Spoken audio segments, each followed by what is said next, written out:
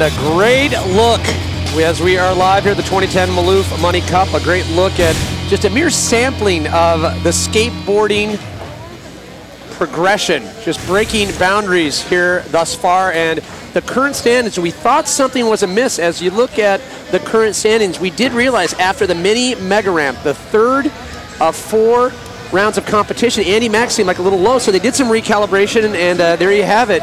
Neil, it looks like he's back in the hunt. I believe that the first time we saw these scores, they hadn't entered Andy Mack's score from the mini mega. I saw him down at the bottom of the list. I knew that couldn't be right.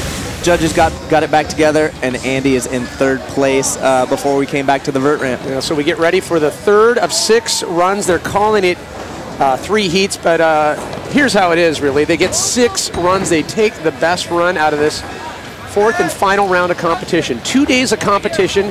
They have 2 cracks at the mini mega ramp. They had it one yesterday and then one here tonight. We just saw it earlier. Yesterday they also, in qualifiers, had a run on the vert ramp. All the scores are combined. 4 rounds of competition. When all said and done, we'll combine those scores and we'll have a champion. Elliot Sloan's going to be the first guy for the 3rd run, and it's cool for him because he's got nowhere to go but up. Yeah. He barely snuck in, qualified 9th, didn't put the run together that he wanted to on the mini mega. So right now, he's got nothing to lose. He enjoys a staple diet of playing video games and skateboarding. So any kids out there that are in, I don't know, to Halo, Mortal Kombat, you know, you name your game, he's your kind of guy. But this is the real deal right here on the vert ramp. I'm not even sure if anyone plays Mortal Kombat anymore. Maybe Call of Duty. I hear they got a new one coming out, Pat, so you may be in luck. Fingers crossed. But Elliot Sloan, I mentioned, out of New York City, made the move to Vista, California. And Elliot rides for Birdhouse, and anyone that rides for Birdhouse, that's Tony Hawk's company. If you get the Birdman seal of approval, that means you're a good dude and a good skateboarder. Yeah, you can have instant link to all of Tony's Twitters.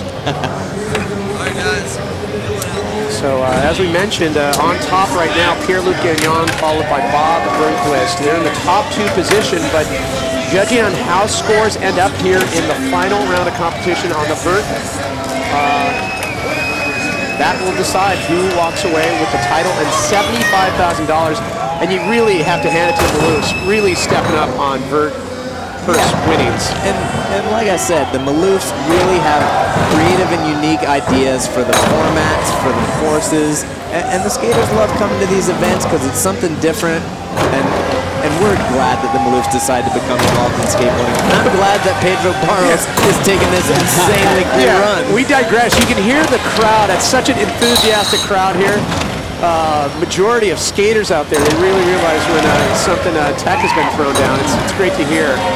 It is, you know, man, the 720 has just bit Pedro all day. He ended up pulling it off on the mini mega. It took him a few tries. Hopefully he'll end up pulling it off here on the vert ramp as well. So who would you pick, Jeff, at this point if you had to put money on it? You know, I like PLG. I like what he's done recently, but I gotta say Bob's right there, and it's really anyone's game. It's exciting. If I was betting Canadian dollars, I'd go PLG. Reals, I'd put it on Bob.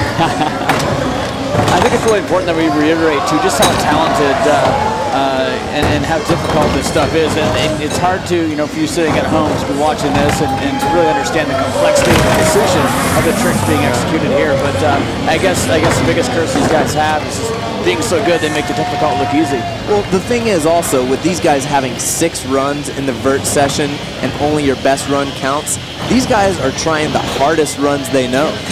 There's no safety runs tonight. These guys are trying everything. The stuff that used to be relegated to the videos, you'll hear a lot of people talk about that, but video parts are those things that take months to put together, and it's that one lightning in a bottle day that you get.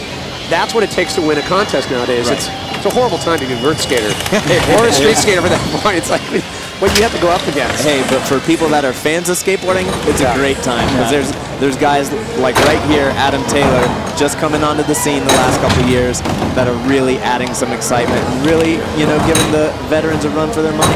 AKA the Adam Bomb.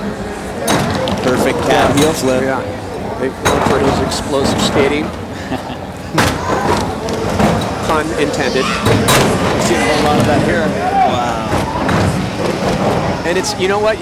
you really start to see the impact with series like the Trifecta series and all these. You mentioned ProTech Pool Party, but all the whole series with parks opening up everywhere. It's so great to see. Even hearing from Sierra Feller's talk earlier, the street skaters, they're so comfortable in combi bowls, and no matter what the transition, whether it be vert, and I would venture to say that you're going to see a lot more, a lot more skaters start to kind of climb to the ranks in vert skating. I think it makes it, all that more interesting. The fact that there are so many contenders and so many possibilities. It's never a clean cut. This is who's going to take it.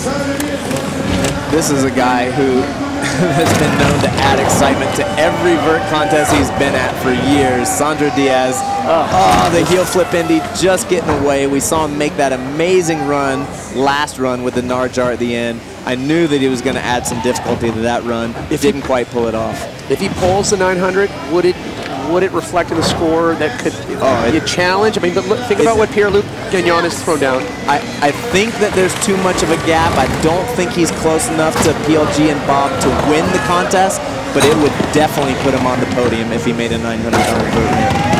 And on the ramp right now, Bucky Lassick talked about his massive cement bowl he had put in. His sponsors pulled together actually through Bucky's Barbecue, a contest that was featured on Fuel TV. This is the best run Bucky's had on the vert ramp tonight. Oh, boneless! Love it. Did you guys know his bowl in his backyard is named Heaven?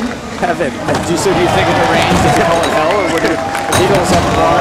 It's so cool to see a couple of these old school tricks and direct to fakie with a switch frontside invert at the end. I saw the boneless. I'm like, finally something I can do. Thank you, Bucky.